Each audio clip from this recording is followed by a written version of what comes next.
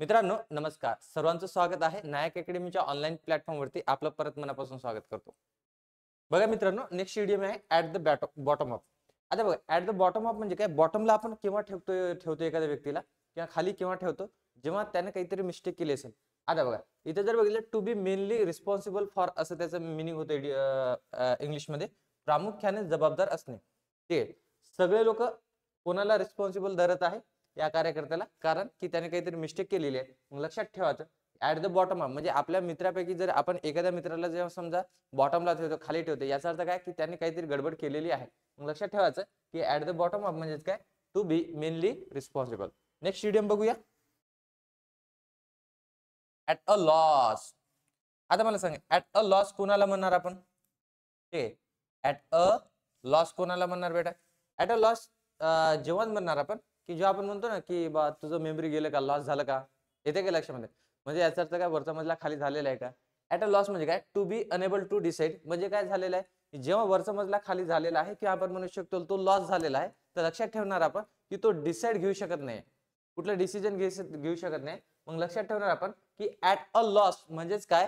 की इथं जर चेक जर केलं, त्याचं इथं लॉस झालेला आहे. काय लॉस झालेला? मग आपण म्हणू शकतो ताई कुठलं डिसिजन घेऊ शकत नाही. मग लक्षात ठेवणार आपण to be unable to decide म्हणजेच काय म्हणूया? निर्णय घेण्यास कार्य असमर्थ असणे. Point clear? चलो,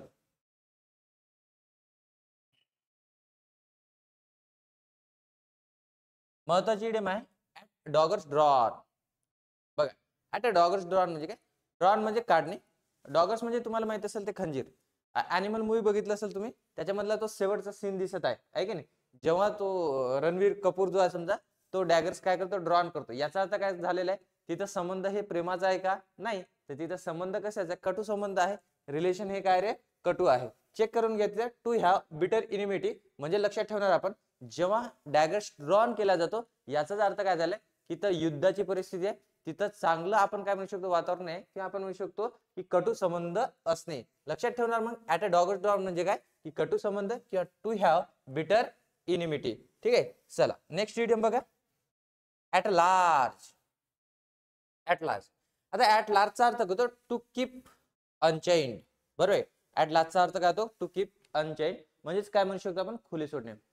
बघा, एखाद्या घरामधला मोठा मुलगा असतो लार्ज, लक्षात ठेवायचा आपण, लार्ज मोठा मुलगा, बरोबर आहे की? तो कुठल्याच काही कामाचा नसतो. मग घरचे लोक त्याला खुले सोडून देतात की तू कधी ये बा घरी, कधी जा. त्याच्यासाठी असं जेवण पण ठेवलं जात नाही, किंवा असं म्हणू शकतो त्याचं काही असं नियम नसते. बरोबर आहे? म्हणजे त्याला एकदम खुलं सोडल्या जाते, खुल्या सांडसारखं. असं जेव्हा ते गावाकडची म्हण आहे ना, की आम्ही सोडलेला आहे त्याला, म्हणजे सोडलेला आहे याचा अर्थ काय झालेला आहे? की आपण म्हणू शकतो खुले सोडणे. मग लक्षात ठेवा, ऍट लार्ज म्हणजे काय? की एखाद्या घरामधला जो व्यक्ती असतो, जे आपण काय म्हणू शकतो? त्याला खुले सोडून देत असतो. याचा अर्थ काय झालाय? टू कीप अनचेंड म्हणजे काय करणे? खुले सोडणे. आता इथं जर चेक जर केलं, तर इथं तुम्हाला डॉग दाखवलेला आहे. डॉगचा अर्थ काय झालेला आहे? की एखादा मोठा जर घर जर असेल, मोठा घर जर असेल, तर त्याच्यामध्ये सेक्युर म्हणून काय डॉगला खुलं सोडलेले असतात ते. मग लक्षात ठेवणार आपण, त्याला बांधलेले नसतो. म्हणजे लक्षात ठेवणार ऍट अ लार्ज म्हणजे काय?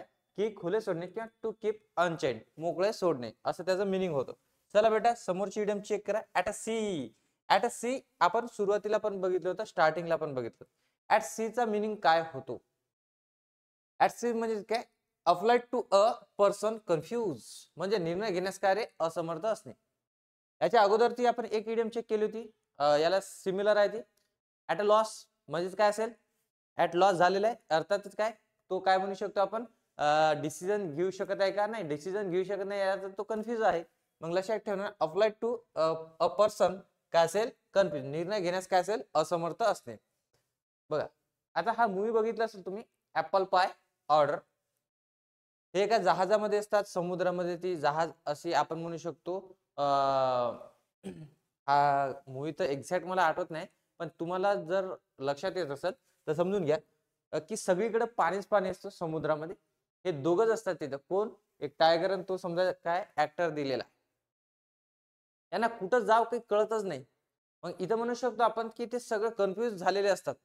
म्हणजे कुठल्या किनाऱ्याने जायचं, कुठं आपण म्हणू शकतो कुठल्या दिशेने जायचं, कारण की सगळीकडे त्यांना पाणीच पाणी दिसत आहे. मग लक्षात ठेवायचं, ऍट अ सी म्हणजे समुद्र. ते समुद्रामधून हे लक्षात ठेवायचं की ऍपल पाय, सॉरी, लाईफ ऑफ पाय. लाईफ ऑफ पाय हा एक मूवी होता. ठीक आहे. त्याच्यामध्ये काय झालेलं की ते दोघं जण जे आहे समजा, आपला टायगर दिसतो तिथं आणि तो ऍक्टर दिसतो. हे कन्फ्युज झालेलं आहे. कारण कारण की ते समुद्रामध्ये आहे, ऍट अ सी मध्ये आहे. म्हणजेच काय म्हणू शकतो, निर्णय घेण्यास काय ते असमर्थ आहे, असं तिथं लक्षात ठेवू शकतो बेटा आपण. चला, समोरची इडियम काय दिलेली आहे, add fuel to the flame, किंवा तिथे दिलेलं ऑर मध्ये फायर.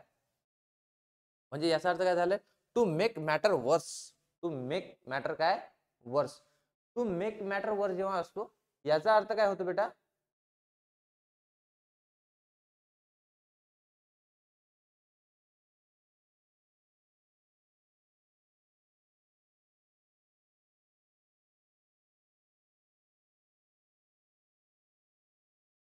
चलो याचा मिनिंग काय चेक करा.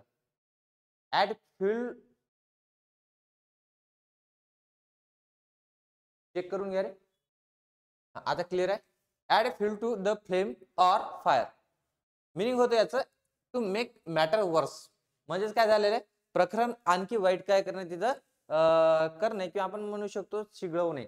आता समजून घ्या, लहानपणामध्ये गोष्ट समजून घ्या, की जेव्हा आपण सकाळपासून बाहेर असतो किंवा खेळामध्ये मग्न होऊन जातो, तर आपला जो लहान भाऊ किंवा बहीण असेल, ते घरी जो वातावरण तापलेलं आहे, किंवा सकाळपासून मुलगा आले नाही, मुलगी आलेली नाही, खेळत राहतात, आता हे जास्त झालं फिरणं, मग लहान जो कार्यकर्ता आहे की नाही, तो मॅटरला वर्स करण्याचा प्रयत्न करतो. वर्स करण्याचा प्रयत्न करतो म्हणजेच काय, मग इकडे ऑलरेडी वातावरण गरम आहे, मग त्याच्यामध्ये तो सांगतो, पप्पा, दादा किंवा ताई सकाळपासून आले नाही घरी, मी सकाळपासून अभ्यास करत होतो.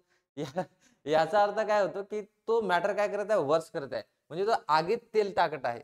जसं आपल्याकडे मराठीमध्ये पण इडियम काय म्हणू शकतो, मन आहे, की आगीत काय करणे, तेल होत नाही. याचाच अर्थ काय झालेला आहे, टू मेक मॅटर वर्स. म्हणजेच काय म्हणू शकतो, add fuel to the flame, और काय असेल तिथं fire. At 6s and 7s.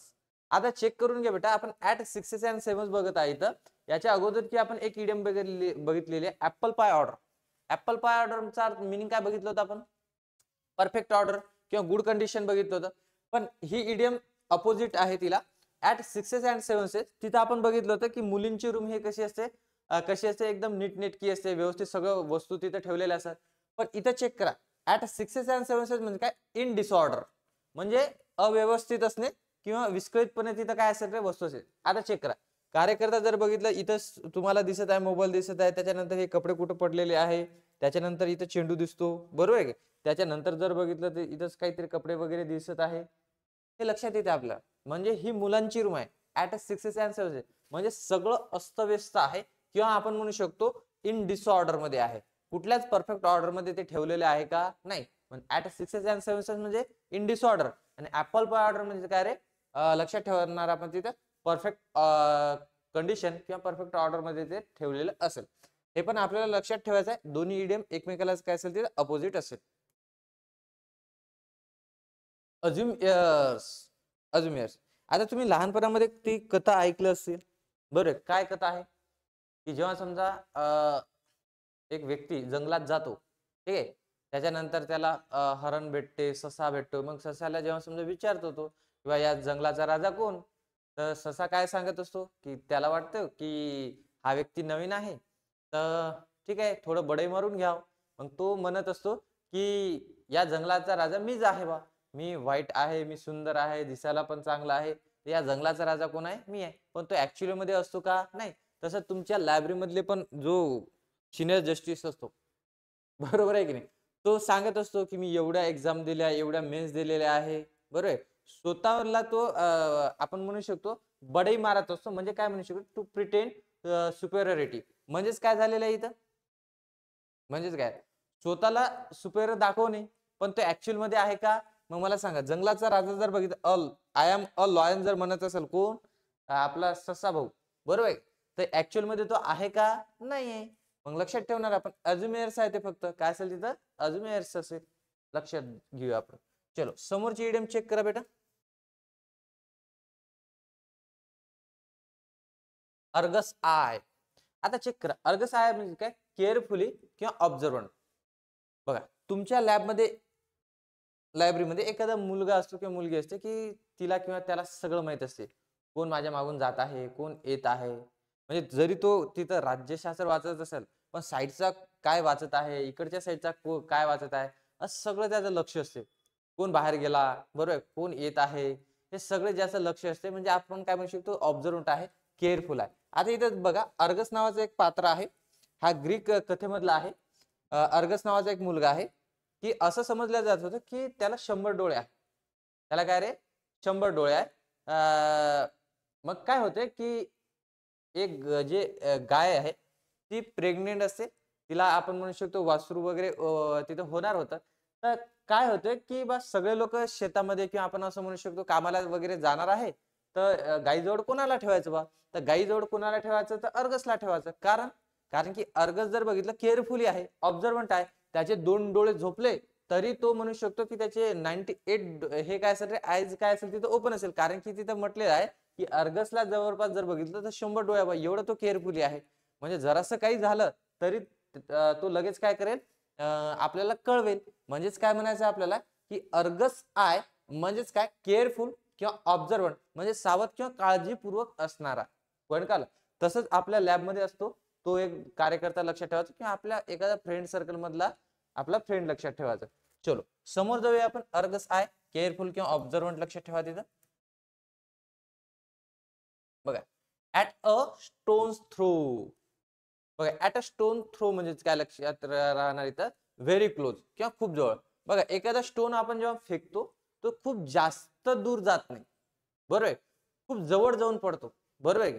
कारण की इथे जर बघितलं ना लक्षात ठेवणार आपण त्याच्यासाठी व्हेरी क्लोज. कारण बघा हा जो कार्यकर्ता आहे हा जो कार्यकर्ता आहे हे दोघे एकमेका लक्षात ठेवण्यासाठी आपण म्हणू शकतो की दोघे एकमेकांसमोर काय फेकत आहे दगड फेकत आहे. पण याचा अर्थ काय झालेला आहे की ते सांगण्याचा प्रयत्न करत आहे की आमचं जे समजा घर आहे किंवा तू जे माझ्यापासून आहे दूर तर जास्तही दूर नाही आहे तू. बरोबर आहे. मी दगड फेकला तरी तो तुझ्यापर्यंत पोहोचेल म्हणजे एवढं जवळ आहे. मग हे सगळे फ्रेंड क्लोज आहे व्हेरी क्लोज आहे. मग लक्षात ठेवणार की ऍट अ स्टोन्स थ्रोन म्हणजे काय व्हेरी क्लोज किंवा लक्षात ठेवणार आपण खूप जवळ. ठीक आहे. समोरची इडियम बघू बेटा. बघा रे ही बॅच आहे आपली इंग्लिश ग्रामरची बेसिक टू ऍडव्हान्स बॅच आहे. 1 इयर याची व्हॅलिडिटी असणार. वॉच टाइम हे अनलिमिटेड आहे आणि हे तुम्हाला प्ले स्टोरवर नायक अकॅडमीच्या ऍपमध्ये भेटून जाणार. ठीक आहे. हा आपला ऍप आहे नायक अकॅडमी. त्याच्यानंतर जर बघितलं एक्स्ट्रा माहिती विचारायची असेल तर या नंबरवरती तुम्ही संपर्क करू शकता.